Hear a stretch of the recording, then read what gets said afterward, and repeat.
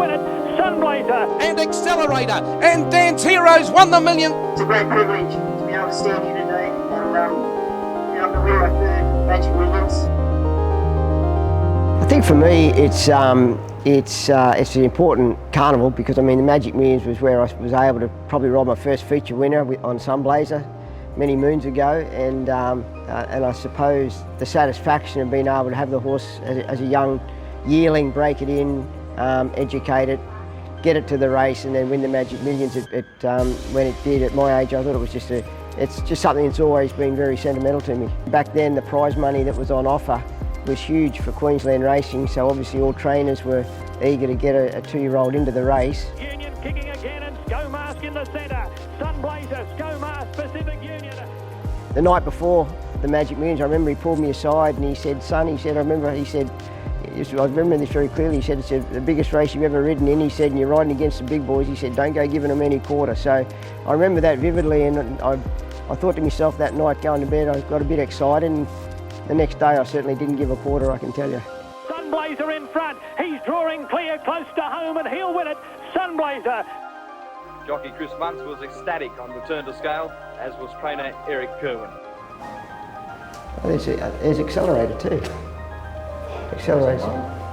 I won the Doncaster on him, the second plate. They are off in the millions, and Shove Off was actually one of the first to go, and Time Out began brilliantly. Look at Accelerator go on the outside in the run to the first corner. He was still a little bit wide but was wanting to hang and didn't really get on the right leg and rail up properly. And Time Out.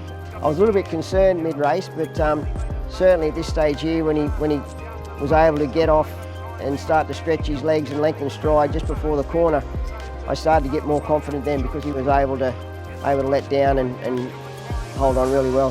When you talk about Dance Hero, he was, in my opinion, probably one of the best 2-year-olds of his time. He was a bit unassuming, I think probably because he was a gelding more than anything. He was just a horse that, very professional, wasn't the prettiest horse in the world, but just went about his business and just loved running time.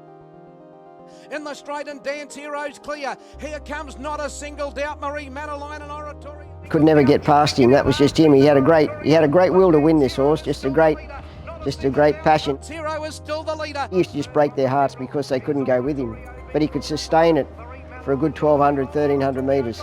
And Dance Heroes won the millions from Not a Single Doubt. He threw it away, the second horse. Well, he did at race early. He ran good time that day and he won by a big margin. So super effort. So much for his slow track work on Tuesday morning. Yeah, that's right.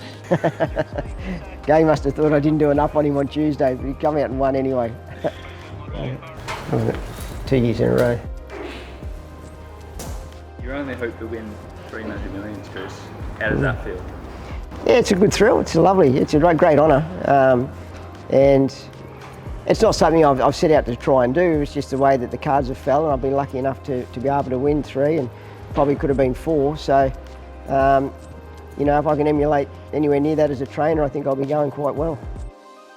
You know, whether we can do it this year or not, I'm not too sure. We'll certainly be trying, but you know, it'd be wonderful to be able to win a race with Corey and have a 2-year-old runner here on the day. It'd be fantastic.